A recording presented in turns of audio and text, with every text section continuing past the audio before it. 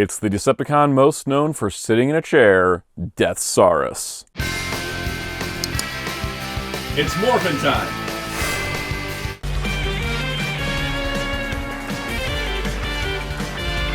Special shout out to our channel members, Toma K, Infinity Wartorn, Don Don Ranger Power, Jamie's World, JoJo Star, and Tom Man 256 Productions.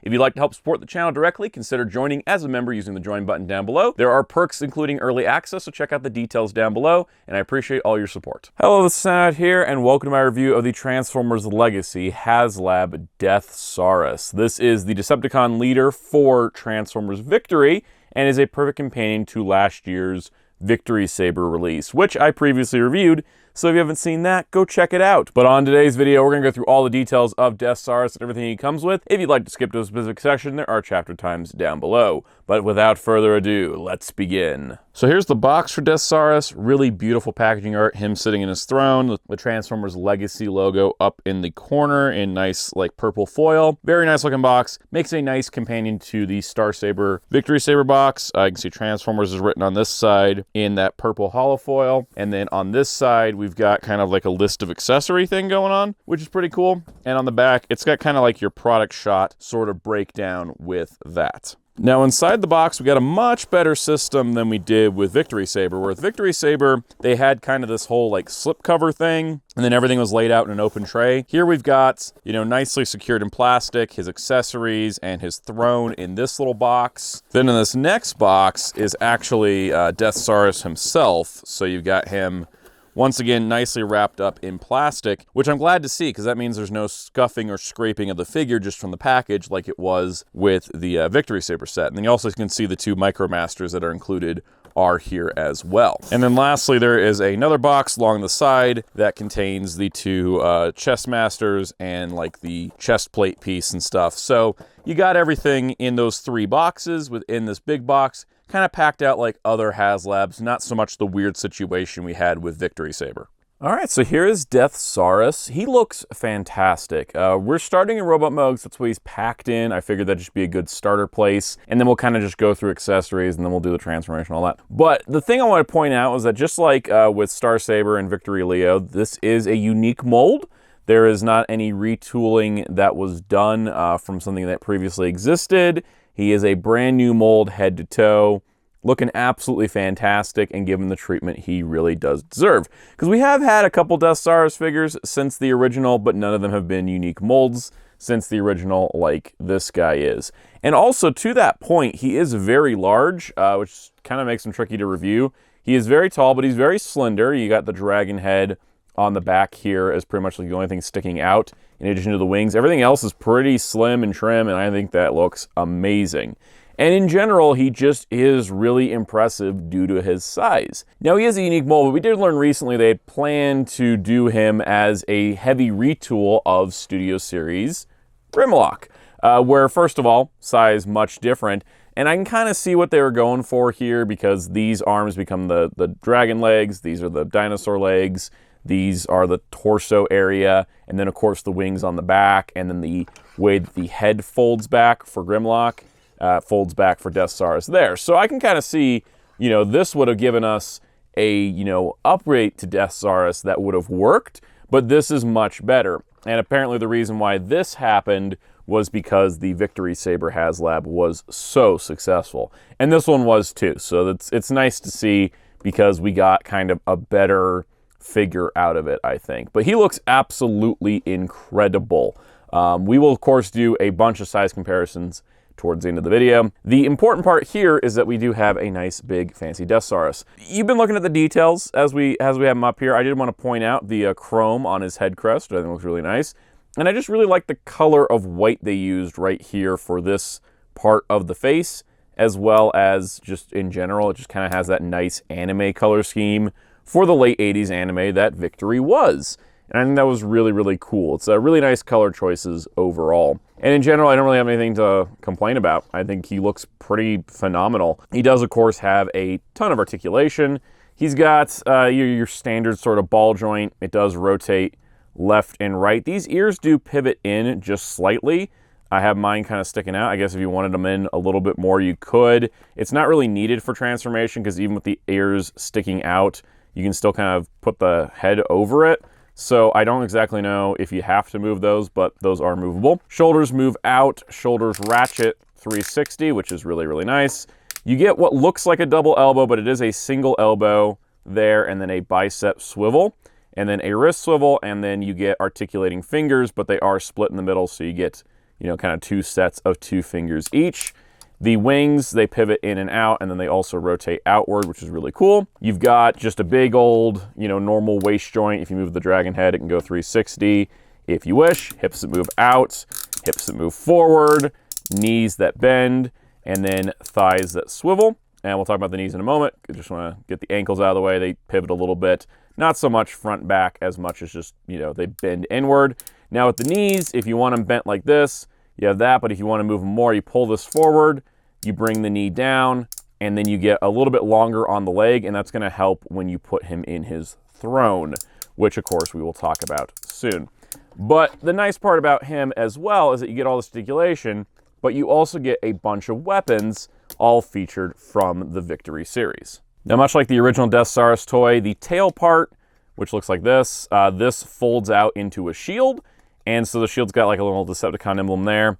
You can attach this handle if you want it kind of like held like this. So he's holding it straight out in front of him, kind of like this. They have little tabs to lock them into the hands as well as the articulating fingers, though it can be a little tricky to line it all up, especially on camera. You can get it in the hand there, then you can plug the shield on like this. So you want like a straightforward shield. So you can't really get it to be on the arm, essentially, but you can get it straight out in front of him. Now you also have the option of storing it on the shoulder by flipping this little panel out, and then it's got a peg on it, and you can peg it right on there. Boom. Now he's got the shoulder shield as you see it in the series frequently.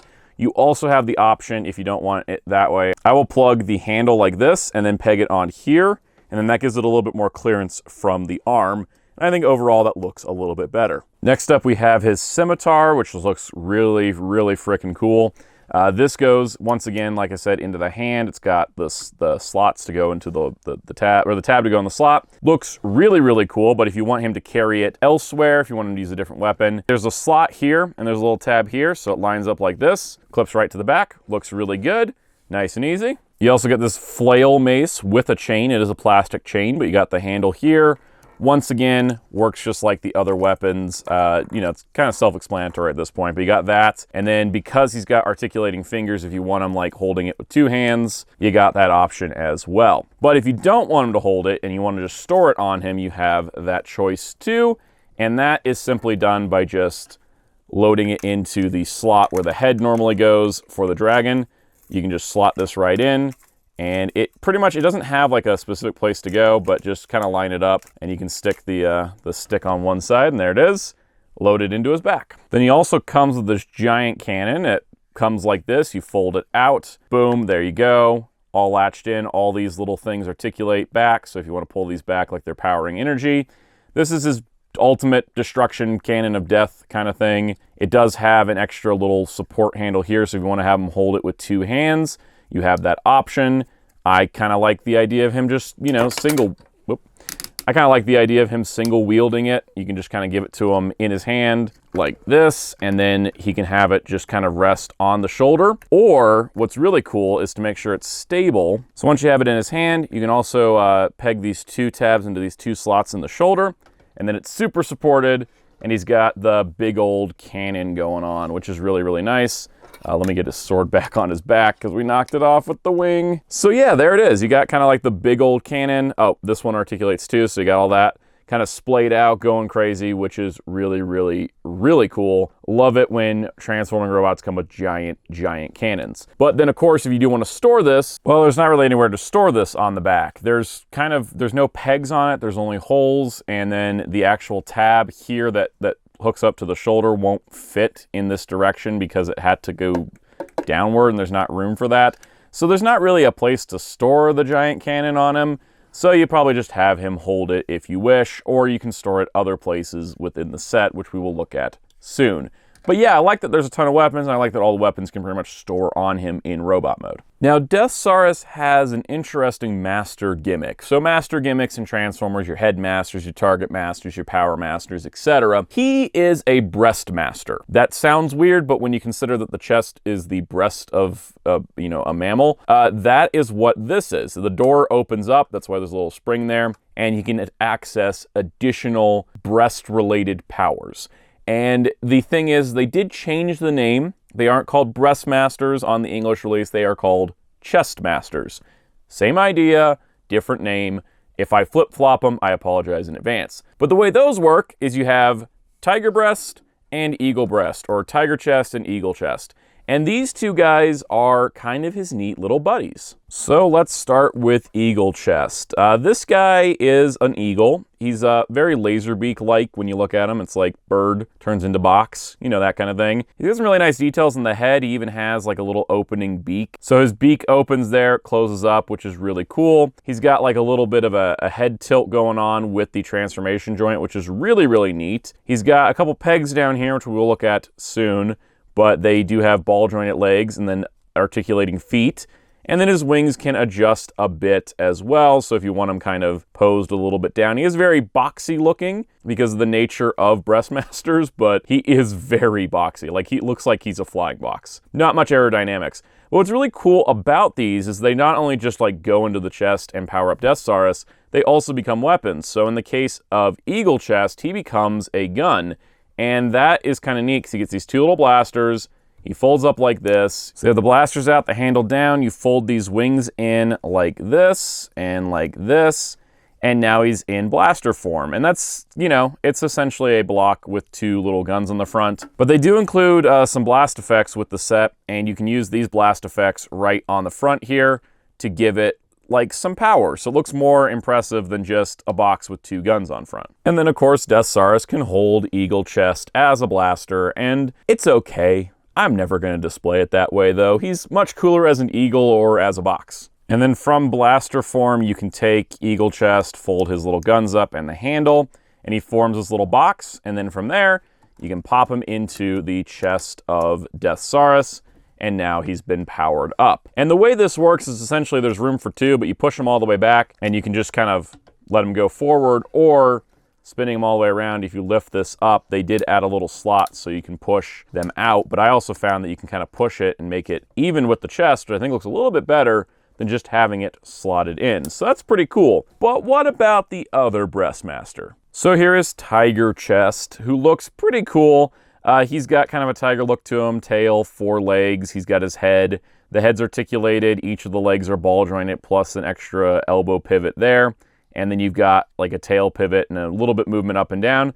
His mouth does open. I just can't get it to open, which is kind of a shame. It is really nicely detailed though. You can see he's got kind of the nice scowl to him. And he looks really good. And then of course he does have the big old chrome pieces here. These were detached out of the box. They just pop right off. The chrome's nice. I would have liked maybe an option as well to have like non-chrome ones, because chrome does get fingerprinting. They got the Decepticon logo here. Nice painted details. He's a little messy underneath, but that's just due to the fact that he transforms. Now, he does transform into what is more interesting than the box with guns on it, and that is he turns into a bow. So sliding these out, 1, 2, getting the legs folded up here. You want to get these legs put in. You want to kind of just fold everything into a sort of box shape. It is late 80s design. Bring this forward, pop the head in, and you want to bring it like that, so it's got kind of a sight to it. Okay, so when you go to fold the tail in, you want to come in here and push on this piece to flip it down when you put the tail in, so that way you have this little clip. The arrow has 2 slots on it. This tab here will go into this slot, even though it looks like the other one would fit. It doesn't quite, because that one's supposed to be for another position. And then you've got the full completed bow and arrow look. For the purposes of this demo, I'm just going to remove the shield. It's going to get in the way. But basically, you want this arm in your archer position, kind of ready to fire the arrow. Turn his head, bring his arm out like this. So you line these 2 tabs up to those 2 slots, and they go right in. Okay, so once you got that plugged on like that, you want to have the arm completely straight out. I'm going to bring this arm over. It does detach to give it a butterfly. I did kind of forget about that joint because it looks really bad from most angles. And then you want to line up the arrow to the peg here, line up the other end of the arrow to the hand, something like that. And then you got your TigerChest in bow mode. And that looks really cool. It's really dynamic, and you don't get many characters and Transformers doing archery of any kind. So it's really cool to see, and I'm glad that they gave them the articulation range to pull this off. Even if it's a little finicky, because I found that this thing will just kind of come right off pretty easily, like without too much force. But it looks really cool when you get it set up that way. So now to put him into his chest form, you want to get this opened, make sure that panel closed, flip them around, get this lined up, close these, and then make sure that all the legs are nice and even, because if any of them are sticking out just a little bit, it's going to cause a problem. But you want to make sure it's all flat, all down like this.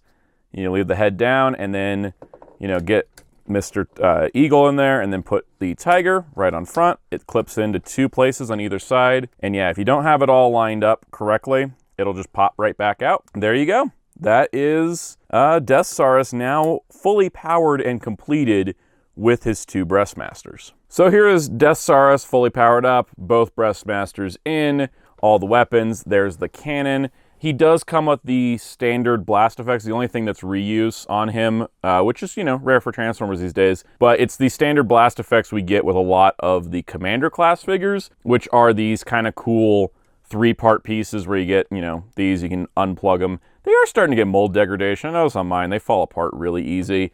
I think with the giant cannon here, you should have all of them. And you do get 2 complete sets of those, which is nice. And I don't know if this is a new color because I don't track that sort of thing. But it's nice that the higher priced Transformers are having blast effects that kind of universally work with everybody. You may notice that this guy, while he does look stable, kind of can tip at a moment's notice, because even with the heavy ratchets, he's got a lot of weight on him.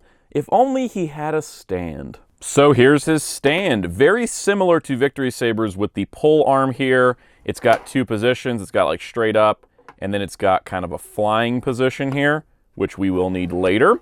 It is a little bit bigger. The base part is much larger than Victory Saber's was, since it was that kind of like Transformers Victory logo. This is definitely more of a platform. But once you slide this on, you can line up your Deathsaurus. There is a peg right in the back of the waist right there. You can line this up, boom, and now you've got him on a stand. So there you go. You can have him mid-flight. You know, if you wanted to have like a leg up on him, you can totally do that. He does kind of balance out. It is going to get warbly the more that you do it. You can kind of see that he will start to tip a little bit, just like kind of like with Victory Saber. It's very similar, but you can get him kind of more stable this way. You don't have to worry about him falling over. But the thing I like about this is that it's not about just displaying Deathsaurus in action, which again, not a common occurrence if you've actually watched Victory, but they actually include his frickin' throne. And what's really amazing about this is it uses the same stand. You just slide this off, 4 pegs, you plug it in, boom, there is the Deathsaurus throne, what he sat in for a lot of the series. It's got a cutout for his dragon head, it's got a nice painted Decepticon symbol up here, and it's got pegs to hold all of the weapons. Now, I did forget to mention on account of I just remembered, but this arrow for the TigerChest actually does peg in right here. You can just clip it in right there, and that goes behind the scimitar. So yes, every accessory can go in. I just kind of put the arrow off to the side, and I was like, wait a second, it didn't show. It does store on the back as well. All right, so to prep Deathsaurus for seating, we're going to get rid of the giant cannon, of course. He needs to let that go. If he would, please detach. There we go. Then you get rid of the giant cannon. Just make sure it's all folded up into its compact configuration like that. Let's take the shield off, fold the shield connector away. We're going to come around the back and remove the scimitar and the arrow. Let's also remove the flail. You don't have to, but we do have a reason for that. And then we're going to come around here and deploy the chest masters. You could leave them in if you want. I'm just going to deploy them because there's a cool thing to do with them as well. And then from here, we're going to take and position, you know, kind of get his arms positioned. If you want him just sitting, let's just have him sitting stock for now. So you want to position his arms kind of like this. And, you know, you're sitting the figure down. That's not that complicated. But remember how I said the knees could get longer? Yeah, you want to do that where you pop that up so that it's kind of like this. So that way he sits more natural. Because when he just does this, his thigh isn't long enough.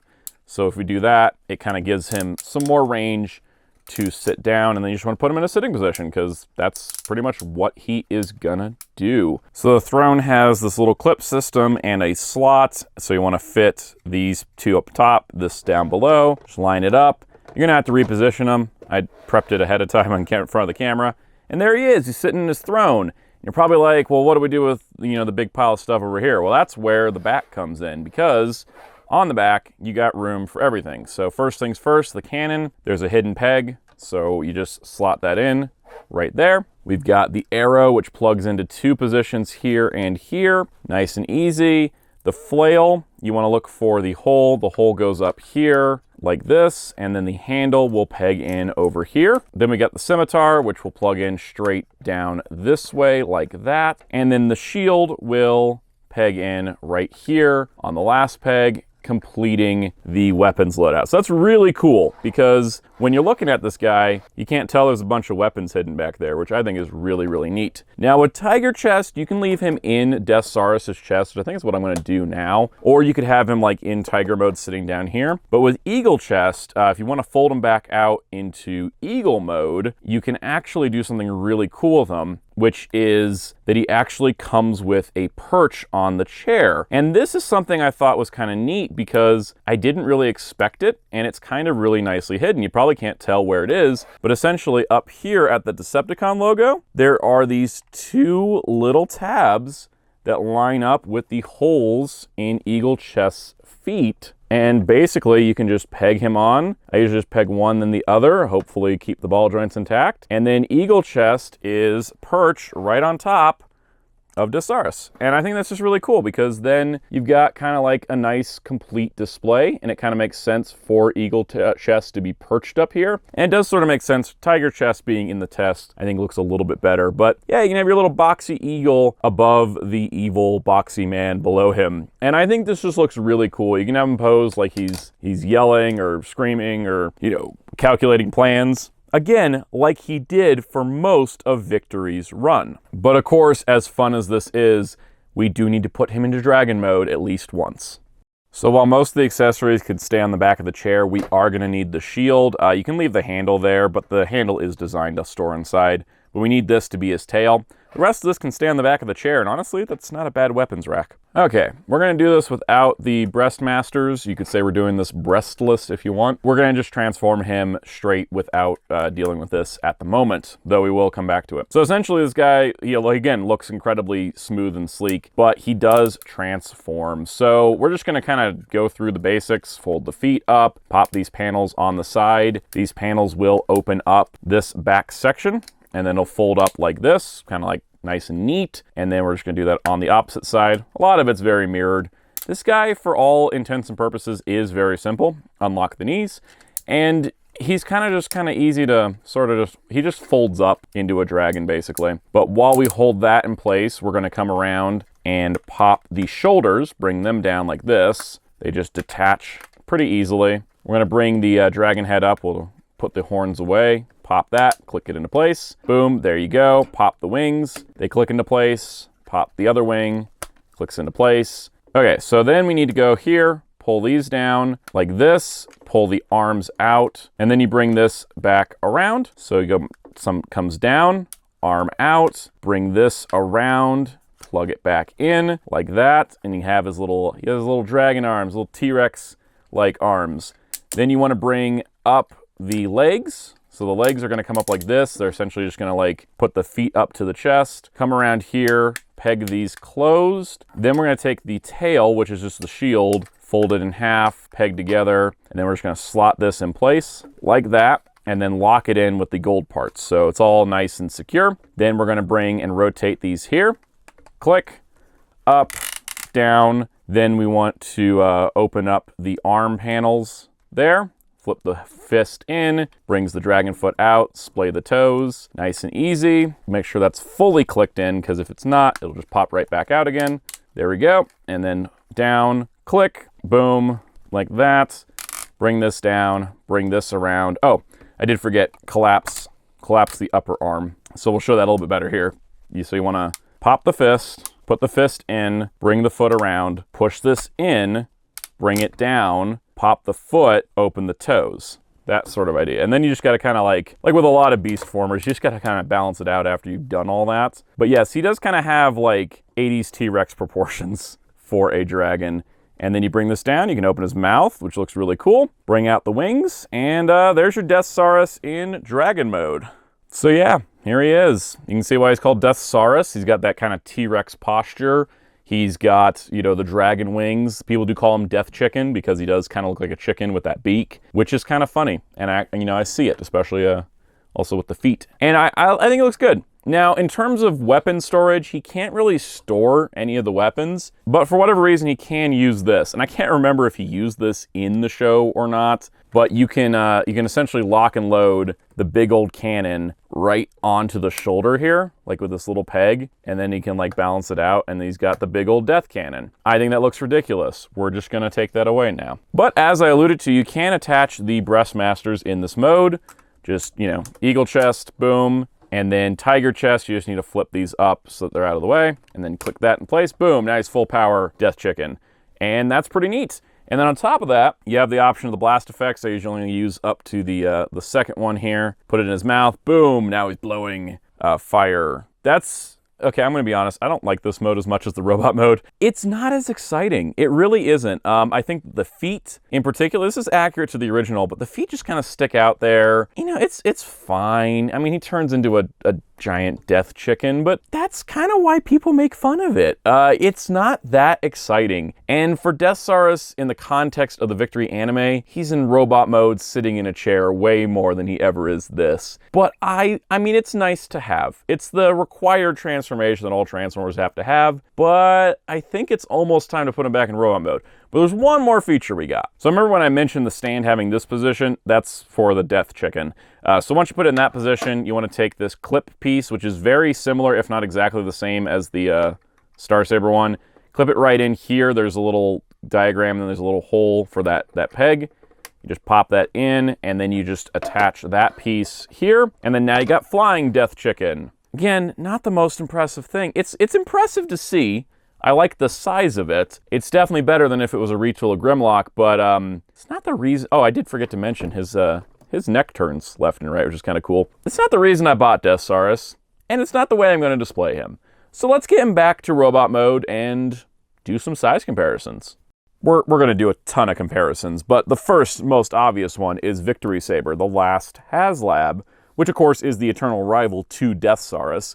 And they look great together. You know, obviously Victory Saber is a little taller just because it does have, you know, this is the combination of Star Saber and Victory Leo. But Deathsaurus being the same size as a single robot with a couple chest dudes is pretty impressive. He just looks really great. And overall, while this is incredibly solid, he feels even more solid. Like there's little wiggle on this guy, which is really nice to see. And then of course we have to have Star Saber, you know, his eternal rival for most of the show until Victory Leo shows up. And so you can see that the size difference is a lot drastic. And that's okay because this is kind of appropriate scale for it, though the animation would always change scales all over the place. Star Saber and Deathsaurus would be the same size, but in this case, he has to be a little bit smaller because he has to combine with Victory Leo, and then once they combine, they are, you know, about the same size, so it all works for me. Now, for those that have the Masterpiece Star Saber, the Masterpiece Star Saber is going to come out a little bit bigger than the Deathsaurus. Now, there is probably close to zero chance of a Masterpiece Deathsaurus, especially now that this one exists.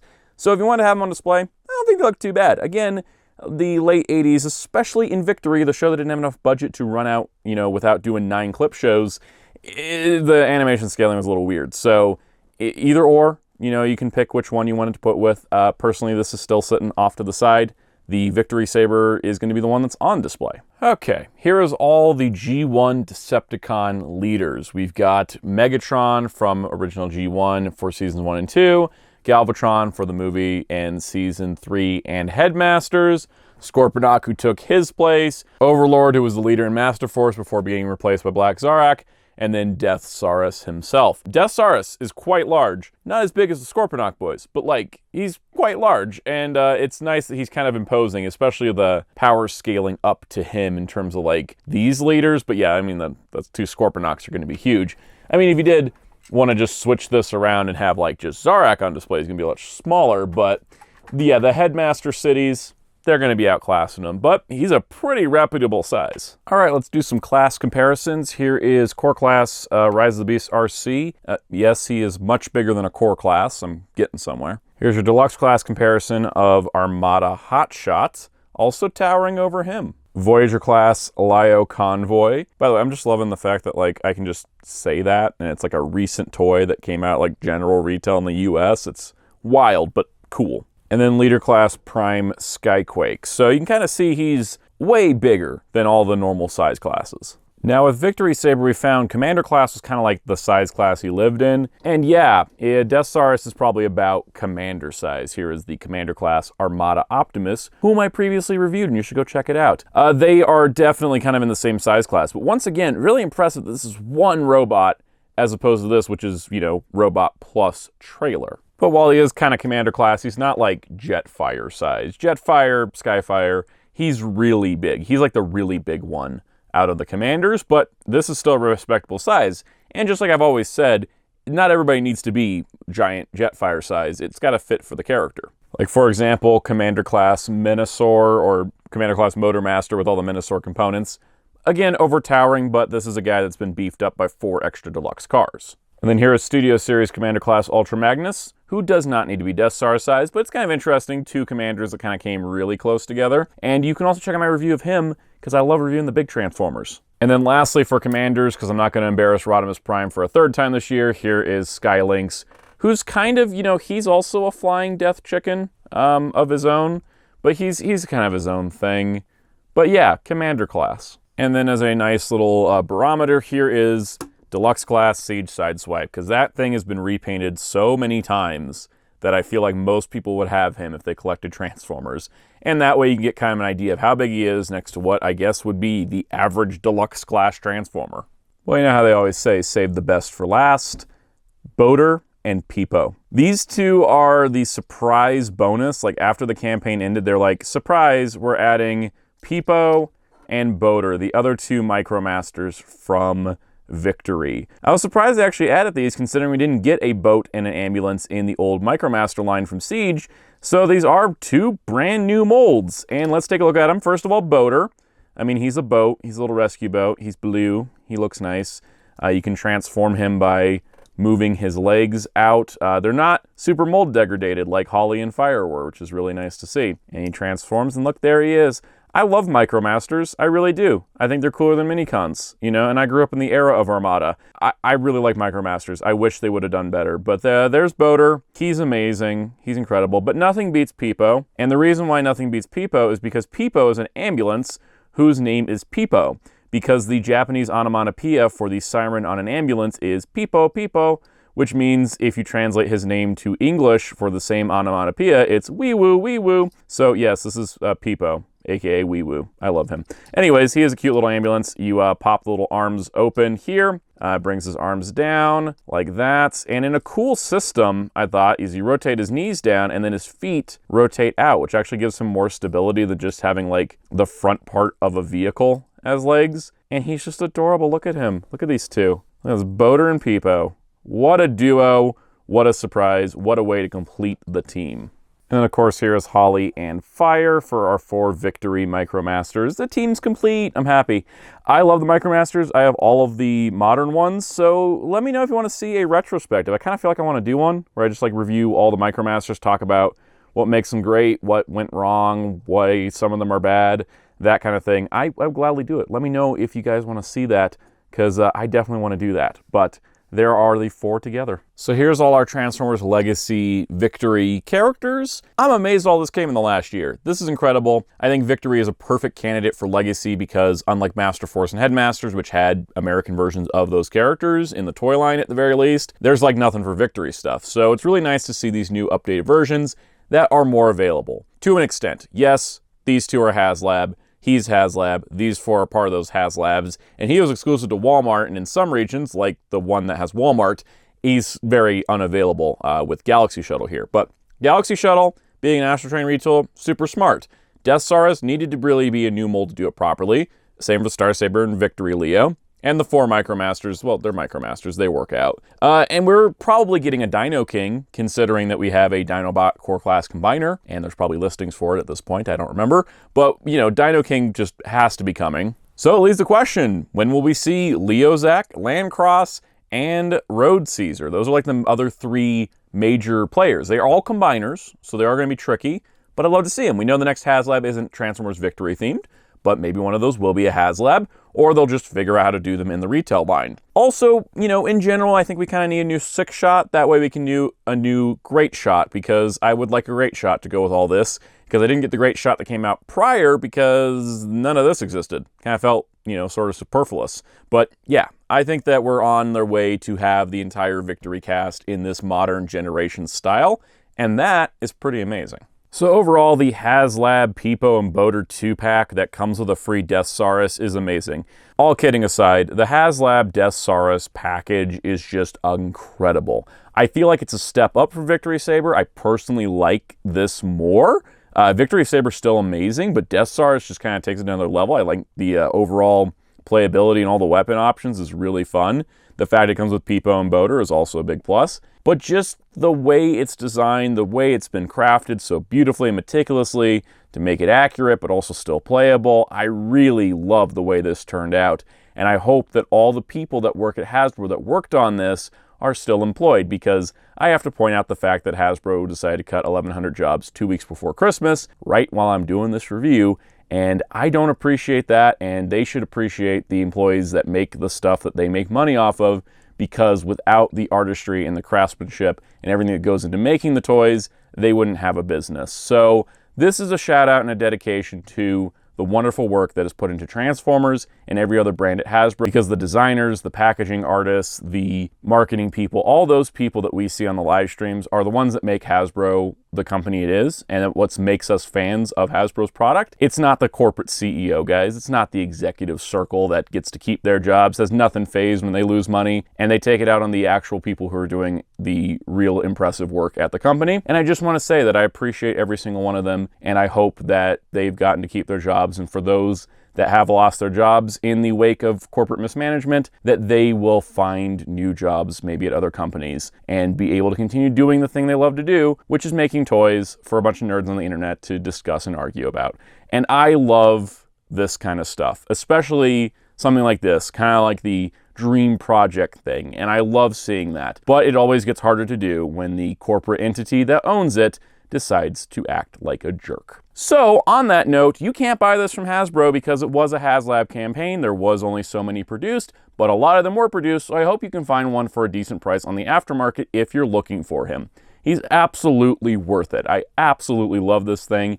And if you love Deathsaurus or Transformers Victory, you probably will love it too. But like I said, can't get it from Hasbro directly anymore, and there won't be a second run because now we did a second run on Victory Saber. So good luck, happy hunting, and if you're looking for one, I hope you get it. And if you're watching this video just because yours hasn't arrived yet, hopefully yours arrives very soon. So that does it for this review.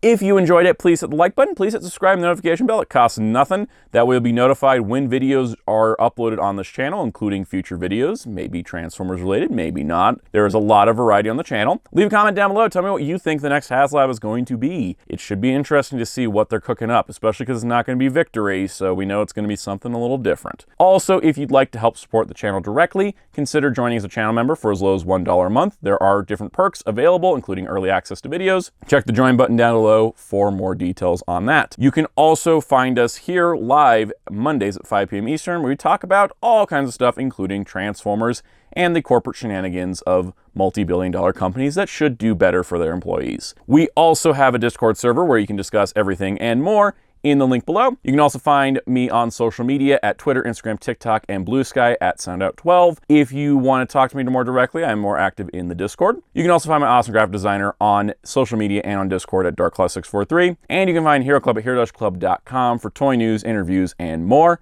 And until next time, this is Soundout saying goodbye.